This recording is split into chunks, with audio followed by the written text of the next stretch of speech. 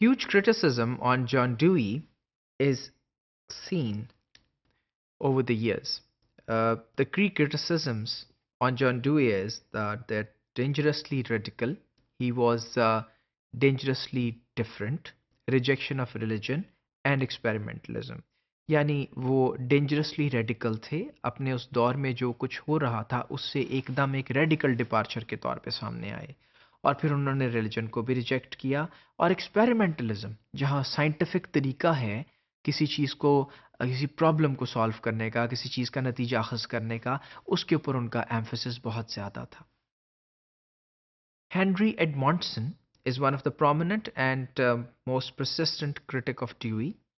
और हेनरी एडमॉन्डसन का ख्याल ये था कि जो भी प्रॉब्लम उनके वक्त में, उनके उस दौर में स्कूलों में सामने आ रहा था, उस सब का ब्लेम वो जॉन ड्यूई को देते थे और कहते थे कि ये जॉन ड्यूई की वजह से है।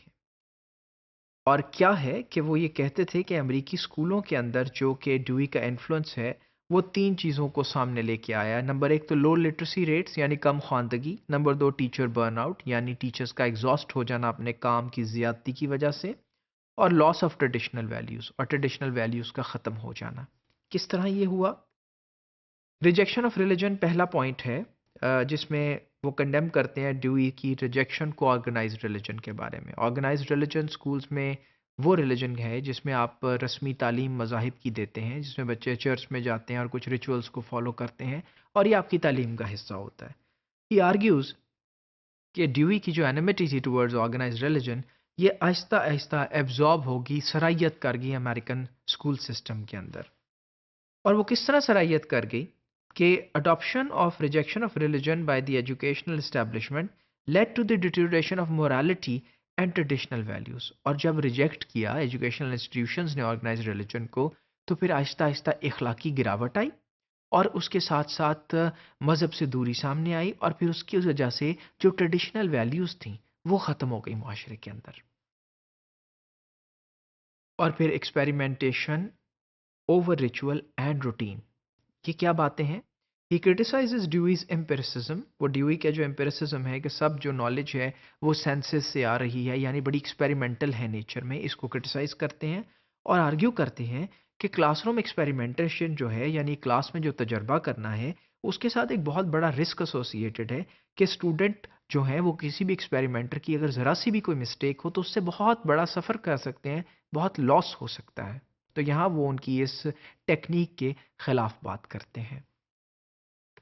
और फिर उसके बाद वो बिलीव करते हैं कि Deweyan experimentalism turn students into lab rats.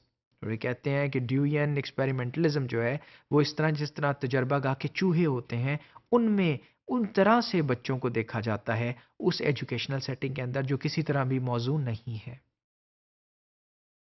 And then erosion of teacher authority and curriculum. और फिर वो कहते हैं कि निसाब और टीचर की जो अथॉरिटी है उसके एरोजन, उसकी टूट फूट का शिकार होगी वो ड्यूई की वजह से। और वो कहते हैं कि उनका जो क्लासरूम का एक्सपेरिमेंटलिज्म था, यानी क्लास के अंदर जो उनके तजर्बा करने की, जो तजर्बों के ज़रिए चीज़ों को साबित करने की जो कोशिशें थी, उन्होंने ये इस चीज़ की तरफ ले आए कि टीचर की अथॉरिटी को भी एरोड कर दिया और डिटीरियोरेट कर दिया ट्रेडिशनल स्टैंडर्ड्स को जो हमारे करिकुलम में मौजूद थे, यानी अमरीकी करिकुलम में जो मौजूद थे उनको भी उन्होंने तोड़ फोड़ का शिकार किया। And finally, Dewey's experimentalism leaves students and teachers stuck in uncertainty and wears down the morality of human existence। यहाँ वो एक बहुत बड़ी जनरलाइजेशन पेश करते हुए नजर आते हैं और ये कहते हैं कि ड्यूई का जो एक्सपेरिमेंटलिज्म था उसने स्टूडेंट्स और टीचर्स को एक ऐसी सिचुएशन में फंसा डाला है जो कि अनसर्टन है, जिसमें उन्हें नहीं पता कि किस तरफ को जाना है। और इसने तोड़ फोड़ का शिकार कर दिया है मोरालिटी को, यानी अखलाकियात को, और अल्टीमेटली इस वजह से इंसानियत की एग्जिस्टेंस को।